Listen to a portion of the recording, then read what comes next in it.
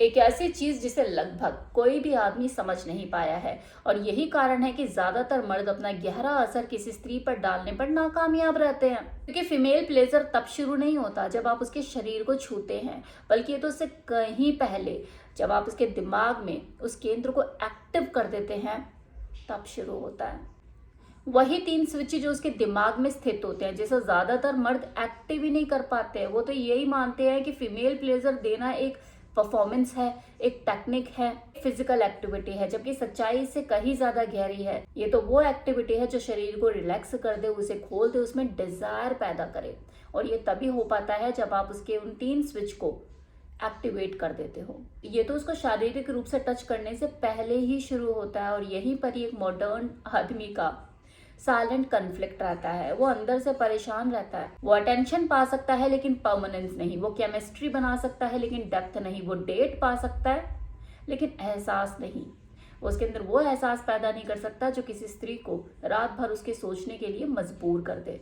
वो उसकी आवाज, उसकी टोन, उसके अंदाज, उसके देखने के तरीके से डरता है। वो डरता है भूल जाने से, वो डरता है किसी ज्यादा बोल्ड आदमी से खुद को रिप्लेस हो जाने से।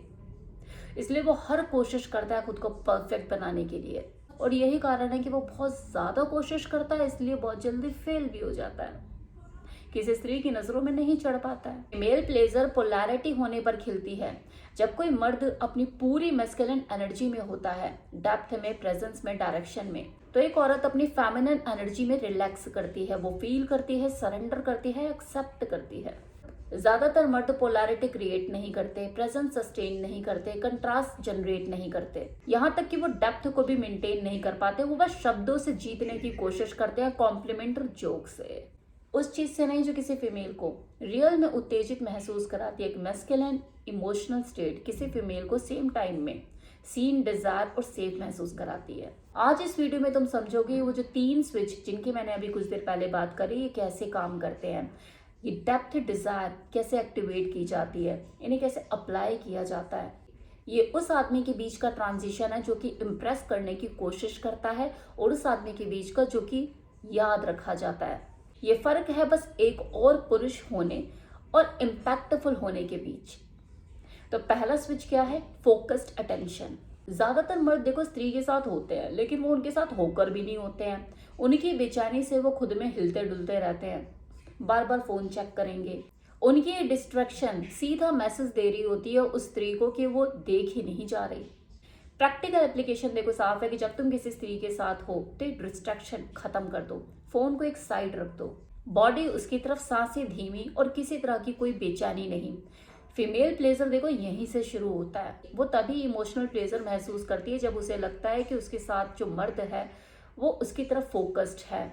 ये तुरंत एक कनेक्शन की फीलिंग को डेवलप करता है, लेकिन ये तब होता है जब कोई मर्द बोलने से पहले ऑब्जर्व करता है, रिएक्ट करने से पहले परसीव करता है, कनेक्ट करने से पहले फील करता है, तैयार की गई कहानियों से इम्प्रेस करने की कोशिश नहीं करता है।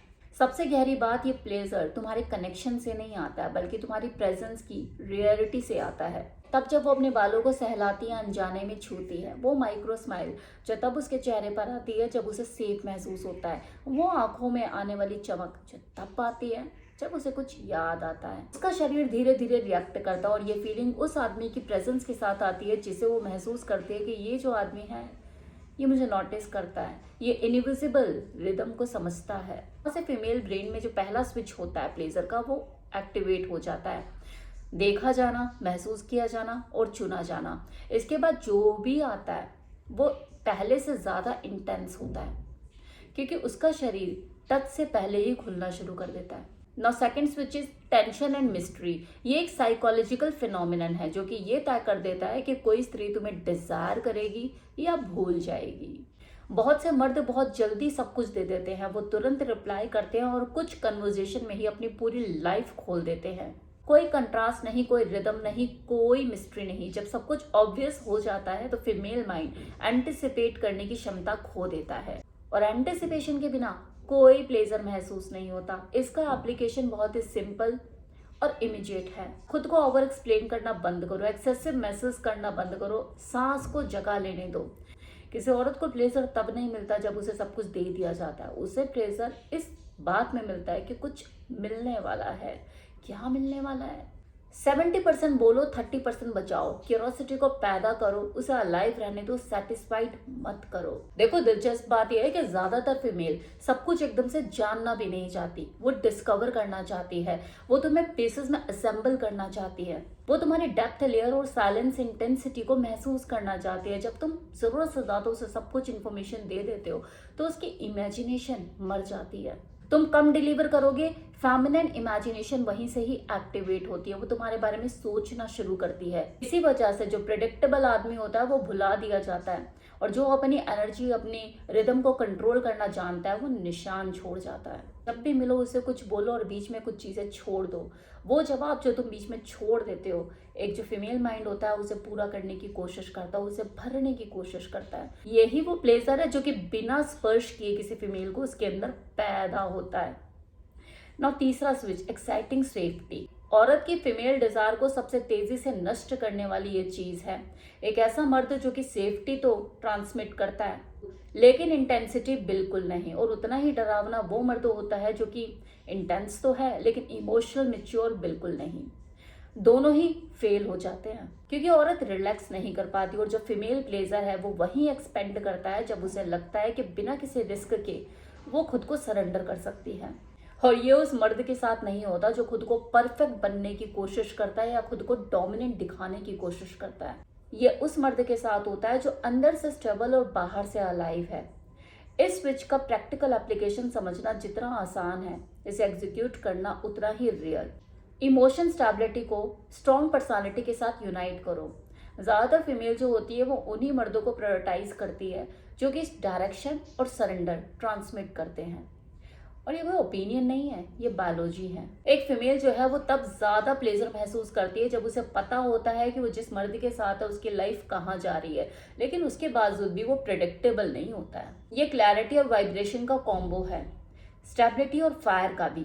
अपने रूटीन, अपने गोल, अपने ऑर्गेनाइजेशन से उसे दिखाओ कि तुम्हारे पास डायरेक्शन है, और अब उसे बैलेंस करो बोल्डनेस और लिविंग प्रेजेंस के साथ। और देखो वो तुम्हें टेस्ट करेगी, टेस्ट तुम्हें वो जरूर करेगी, तुम्हें उकसाएगी, वो तुम्हारे साथ खेलेगी। लेकिन जो मर्द इस स्विच को, इस लास्ट स्विच को एक्टिव करता है ना, वो इन सब हरकतों से अपना कंट्रोल नहीं खोता। वो जानता है कि वो जो चीज कर रही है क्यों कर रही है। उसके ऐसा करने पर वो मर्द अपनी आवाज ऊंची नहीं करता, वो अपना बैलेंस नहीं खोता, स्थिर रहता है, कंट्रोल रहता है। और यही चीज उस औरत को तुरंत रिलैक्स कर देती है और सरेंडर करने पे मजबूर कर देती है। ये इमोशनल लीडरशिप है जो कि टेक्निक से नहीं, हैबिट से आती है। इसे आपको रोज प्रैक्टिस करना पड़ता है। औरत इन सब चीजों को एक सेकंड में पढ़ लेती है। वो जान लेती है कि तुम कैरेक्टर में तो प्रेडिक्टेबल हो लेकिन एक्सपीरियंस में अनप्रेडिक्टेबल। तुम रूटीन में नहीं गिरते, तुम्हारे इमोशन अनशेकेबल है, तुम जेलस नहीं फील करते। वो सरेंडर महसूस करती है क्योंकि तुम सेफ हो, डिजायर महसूस करती है क्योंकि तुम एक्साइटिंग हो। और जब तुम ये तीसरा स्विच भी एक्टिवेट कर देते हो सक्सेसफुली, तो तुम एक कॉमन एक्सपीरियंस बनकर नहीं रह जाते बल्कि तुम यादगार बन जाते हो।